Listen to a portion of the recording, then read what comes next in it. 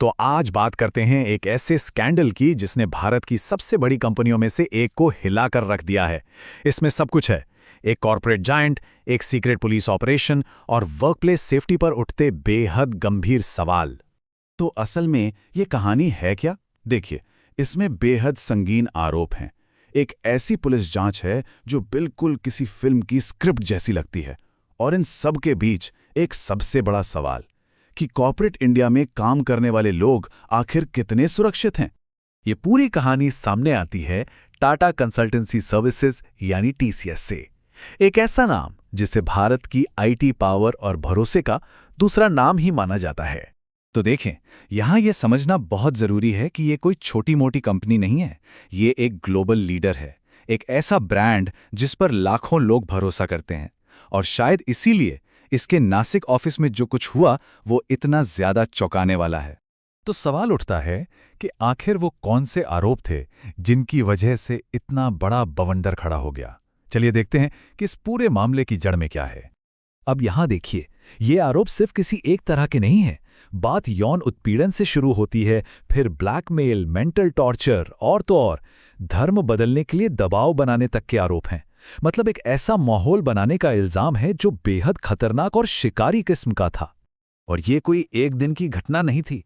आरोप ये बताते हैं कि ये पूरा सिलसिला लगभग 4 साल तक चलता रहा। मतलब एक ऐसा पैटर्न था जिसमें कई महिला कर्मचारियों को लगातार निशाना बनाया जा रहा था। अब पुलिस के सामने एक बहुत बड़ी मुश्किल थी। जो विक्टिम्स थे वो इतने डरे हुए थे कि कोई भी खुलकर बोलने को तैयार नहीं था। तो सबूत जुटाने के लिए पुलिस ने एक ऐसा प्लान बनाया जो हमें और आपको आमतौर पर सिर्फ फिल्मों में ही देखने को मिलता है। पुलिस ने इस मामले में जो किया वो वाकई असाधारण है। उन्होंने अपनी ही महिला ऑफिसर्स की एक टीम बनाई और उन्हें सफाई कर्मचारी और ऑफिस स्टाफ बनाकर कंपनी के अंदर भेज दिया। और पूरे 40 दिनों तक ये ऑफिसर्स अंडरकवर रहे ताकि वो सीधे सबूत इकट्ठा कर सकें और पीड़ितों का भरोसा भी जीत सकें। 40 दिनों के सीक्रेट ऑपरेशन का नतीजा क्या निकला? नतीजा था कई हाई प्रोफाइल गिरफ्तारियां। लेकिन इसने एक और चीज को उजागर कर दिया, और वो थी कॉर्पोरेट सेफ्टी के दावों के पीछे की कड़वी सच्चाई। इस ऑपरेशन के बाद पुलिस ने अब तक 7 लोगों को गिरफ्तार किया है। और देखिए, इसमें एक सीनियर एचआर मैनेजर भी शामिल है।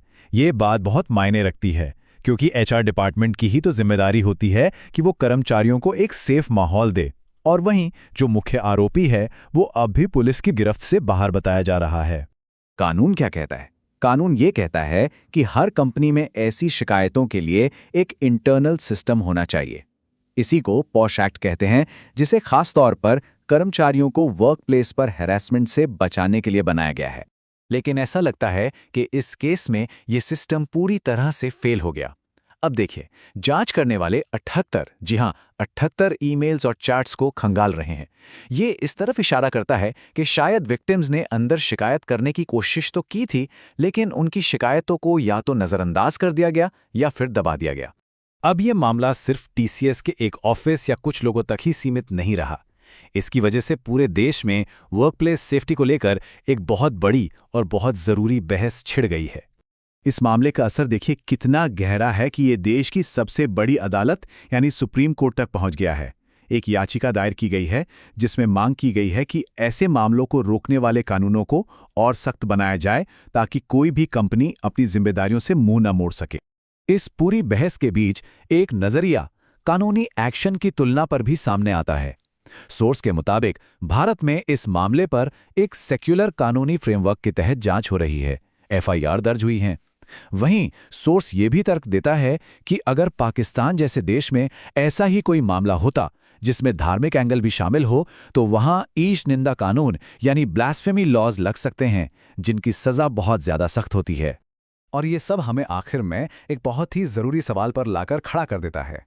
जब कोई सिस्टम जिसे लोगों को प्रोटेक्ट करना चाहिए वो इतनी बुरी तरह फेल हो जाता है, तो इसकी असली जिम्मेदारी किसकी है? क्या उस कंपनी की, क्या हमारे कानूनों की जो शायद काफ़ी नहीं है, या फिर एक समाज के तौर पर हम सब की?